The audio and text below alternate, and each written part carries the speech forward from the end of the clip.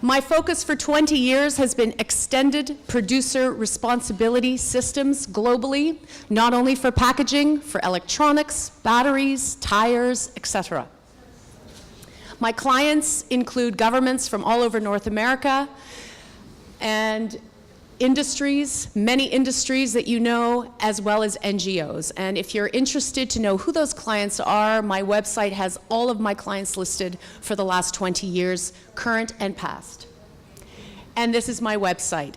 I'm only putting this up because this website has an extremely large amount of content, quite a bit on deposit return as well, dating back 20 years. So if you're really interested, please take a look at this website and you'll find a lot of good information.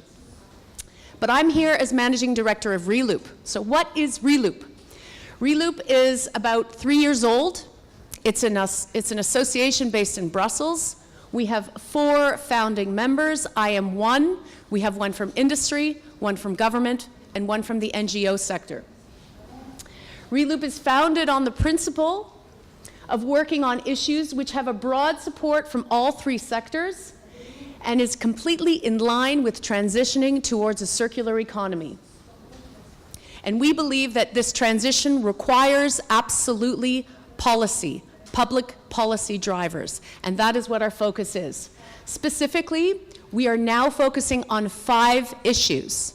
The first is the mandating minimum recycled content, which I'm going to discuss a little bit later, increasing the market share of reusable consumer, transport, and industrial packaging, introducing new recycling calculation. We talked a little bit about the data, and we've been working very hard with the European Union and the Commission to ensure that the way we calculate recycling is accurate and transparent. And 4, introducing deposit return systems for beverage containers, but also maybe for other more difficult to collect items. And finally, increased collection and sorting in general. These are our members. We are a membership-based organization. We are a very small organization, but as I said, we are a network. You will see all of these logos. It's a widespread across Europe, NGOs, industry, and some government organizations as well. And this is all on the website. So I'm going to start by giving you a quick summary of what has gone on, a little bit more detail than we heard this morning at the EU level. I have seen an unbelievable amount of change coming out of the EU in the last 6 months, and I'm going to share with you what that means. Things are going to be very, very different moving into the future. So the first thing you need to know is we now have an amended set of legislation. In particular, there are 6 directives which have been changed. For your interest today, the Waste Framework Directive and the Packaging and Packaging Waste Directive. They have been changed, they have been amended, and they have been approved. So what I've put up are the key facts that you need to know. We have a new binding target for recycling of municipal waste of 65%. We have a cap on landfilling of 10% by 2035. We do have a new recycling calculation, and it's very specific that it moves the point of measurement from sorting facilities, what gets shipped from the sorting facility, to what is actually recycled. We call it input into final recycling. This means that you will no longer be able to include in your calculation the weight of water, labels, caps, glues, dirt, non-targeted recyclables, etc., etc., etc. This is going to have a very major impact on some materials like PET, and I usually use a general loss rate of PET of between 25 to 30%. So if we talk about a collection rate of 70% today, take 25% off, and you're closer to about, as you said, very consistently, 54%. So that is what we're facing in the future. In addition, producers are going to be required to contribute more money towards recycling. The EPR, Extended Producer Responsibility, is going to be increased to a minimum of 50%, but of course some countries are going up to 100%. So this means that producers are going to bear a much larger share of the costs. And this is the law as of this spring.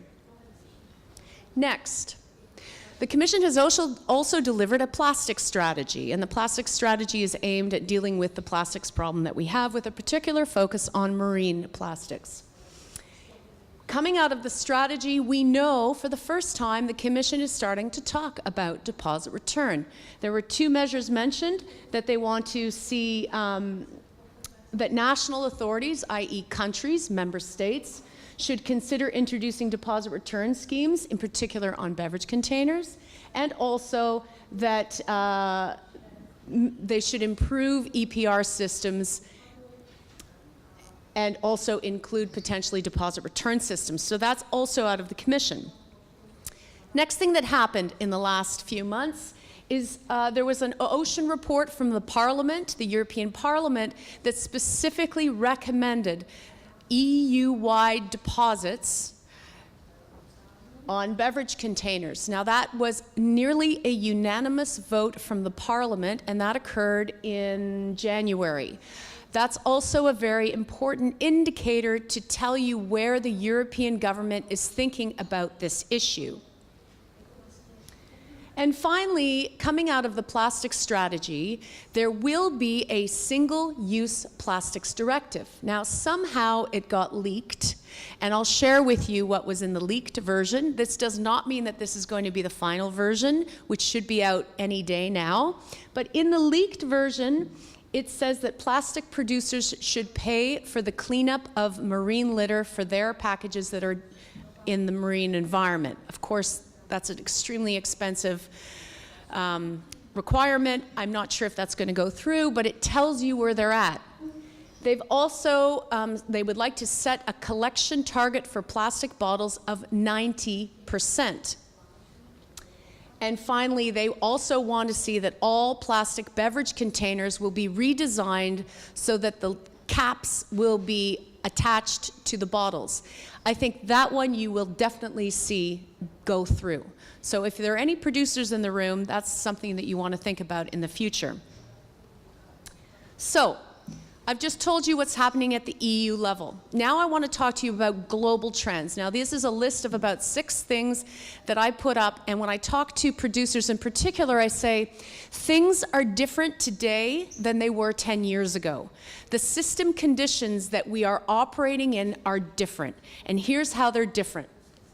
First, we know with the new EU legislation that the packaging target for plastics is now going to be 55%. And that, of course, means real recycling, not collection, real recycling. Net of all contaminants, labels, glues, waters, etc., etc., etc.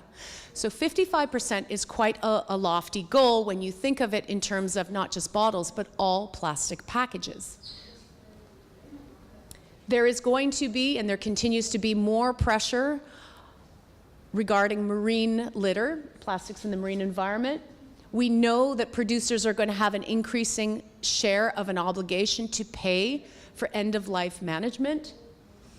And we also know that recycling is going up. The cost of recycling per metric ton is increasing because the metric ton is getting more voluminous. Packaging is getting lighter. We're shifting to lightweight plastics, pouches, multi-laminates. Therefore, the cost of collecting and processing that 1 ton is going to increase. What does it mean? For those of you that are financing green dot systems, it means that the costs of green dot are going to go up per ton. And in addition, because you're going to have more responsibility to finance, there's going to be increased costs for producers. And finally, as we heard so articulately this morning, producers want to put recycled content in their products. They know that it is the right thing to do, and it is the right thing to do, and it is directly connected not to recycling, not to marine litter necessarily, but it's connected to climate change. So why recycled content?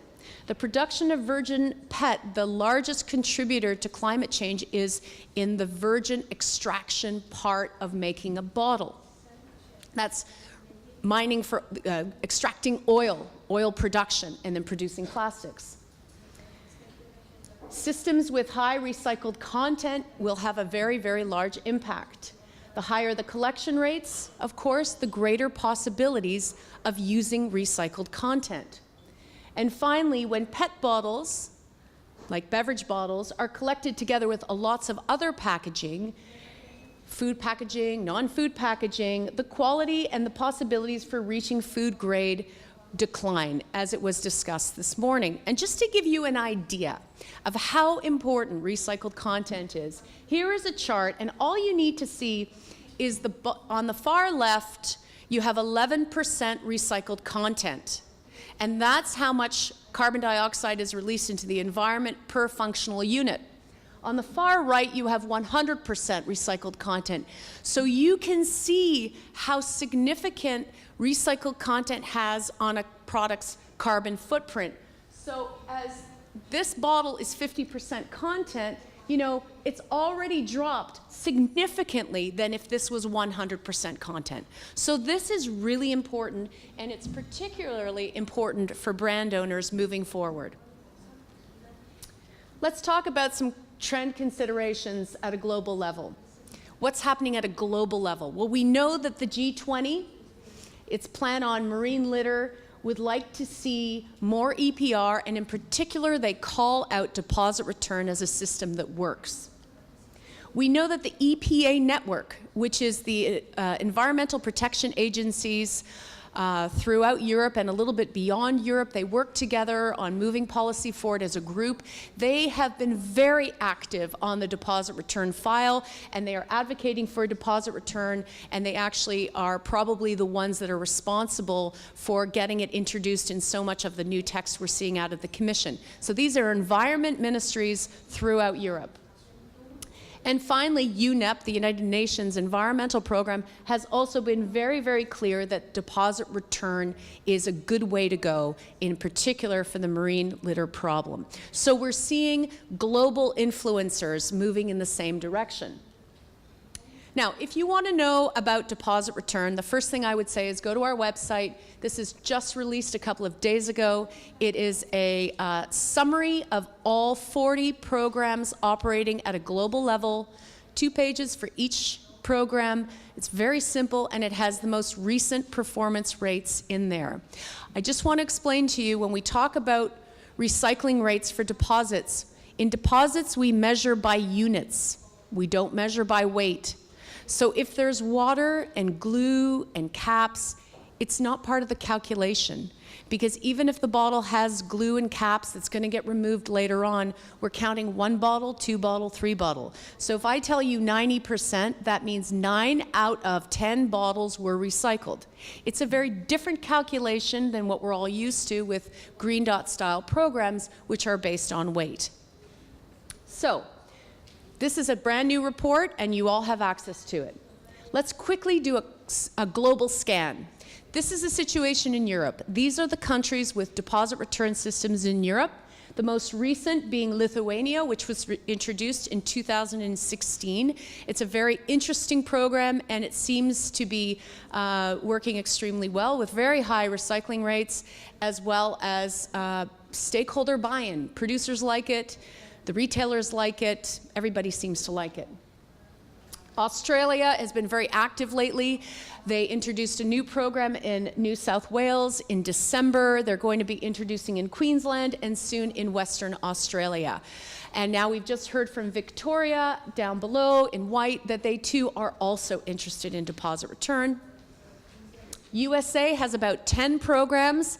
They are not programs that I would really consider best in class, except there is one in Oregon, which is, I would consider best in class. It's recently been, it's run by the industry, it's run by the producers, and it's a very smart program, and they also have refillable bottles in the system, which is also an interesting add-on. And finally, my country has many deposit systems. We are, unfortunately, state-based legislation, so instead of having one big one, we have about 12 or 10.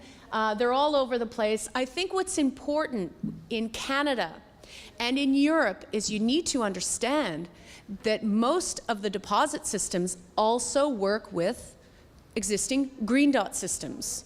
So in my own province of Ontario, you've all heard of Toronto, we have a green dot system and we have a deposit system. In Quebec, we have a green dot system and a deposit system. And the same is true in Europe, where we have green dot systems and deposit systems in Norway, in Denmark, in the Netherlands, in Germany, in all these countries.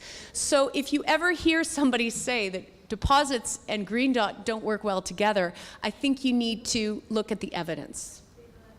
Okay, so let's take a look at the performance of these programs.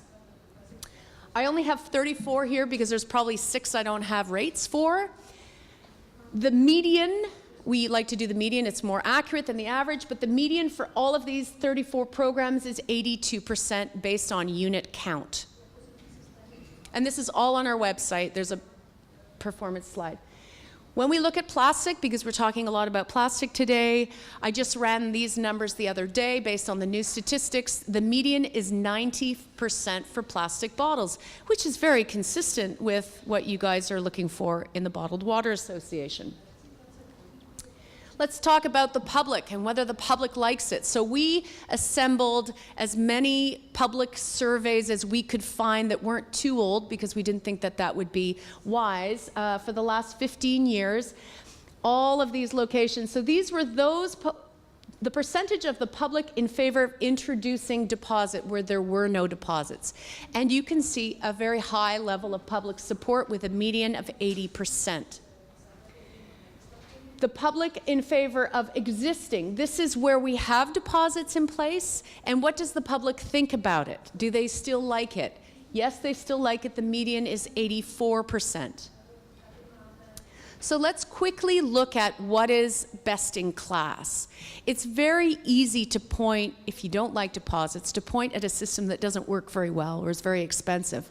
But I would say as we move forward, let's look at the best and the brightest people and the best and the brightest systems that work well. So here are some of my learnings.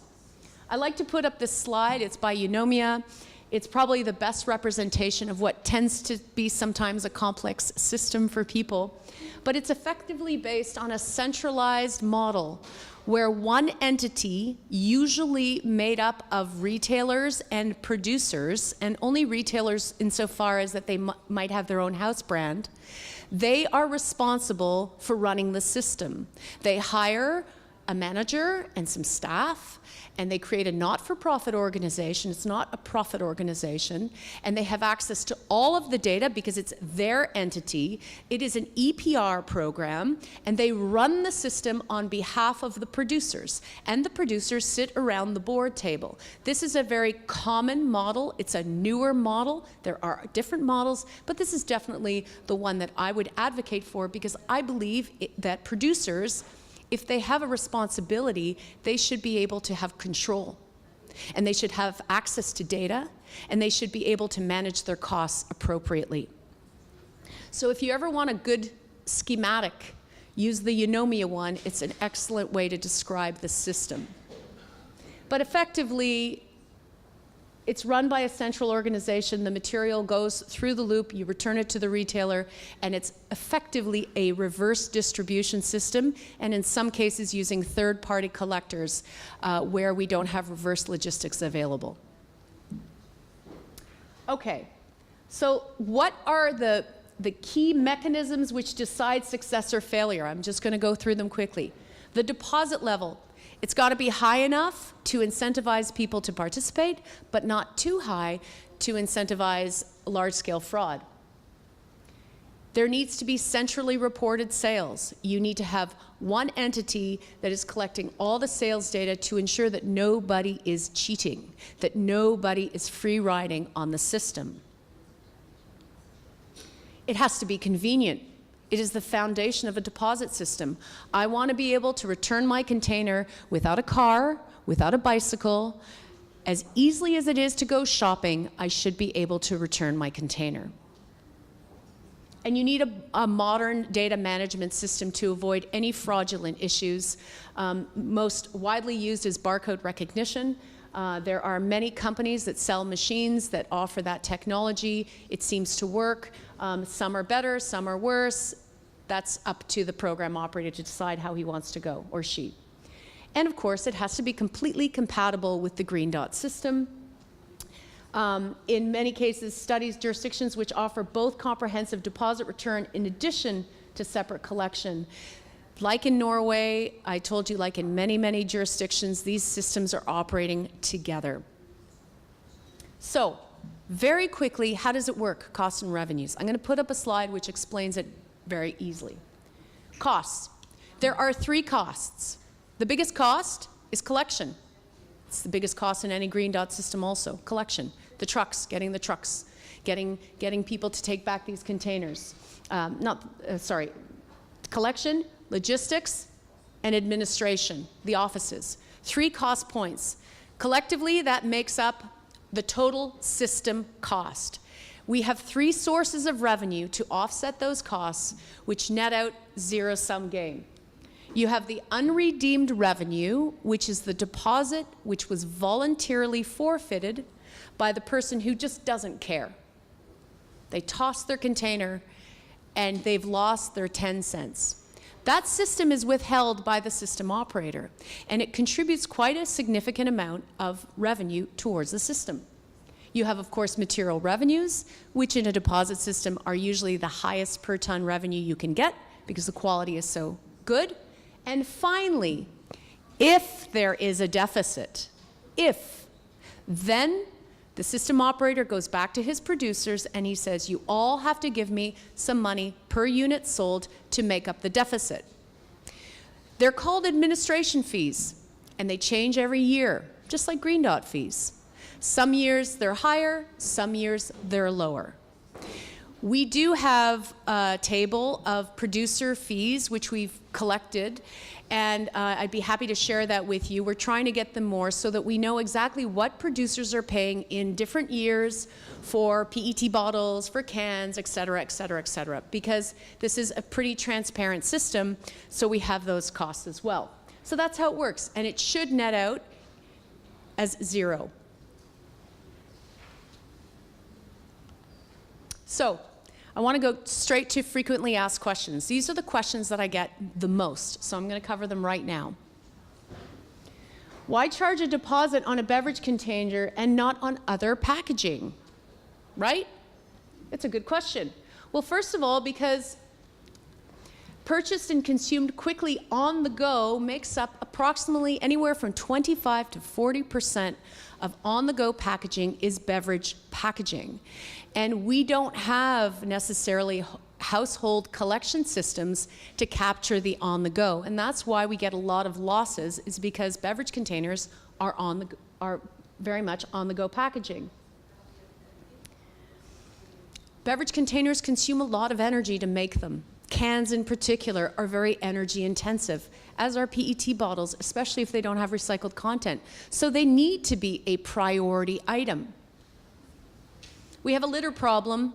I won't go into it, but we do know that average land-based litter, between 14 to 40% are beverage containers. And we also know that if you look at beach litter and you measure by volume or by weight, which is much more meaningful, they represent at least 80% of beach litter, of the top 10 most littered items. So that is significant, and that's another reason why we should consider deposit return. And there's that statistic. And of course, they comprise a large volume of the waste stream. And volume, when it comes to collection, be it recycling or be it garbage, that's where the costs are. Take a look at this picture. It's classic. We look at a public street bin where municipalities are generally financing all of the costs, and they're full of these high-value water bottles often, or soft drink bottles. And there's another example. So this is a cost that goes directly to municipality. It's basically collecting balloons of air and there is a better way to do it. It's very, very costly. Can't the municipal collection system achieve the same rates as a deposit system? Well, it's a good question. And the answer is no.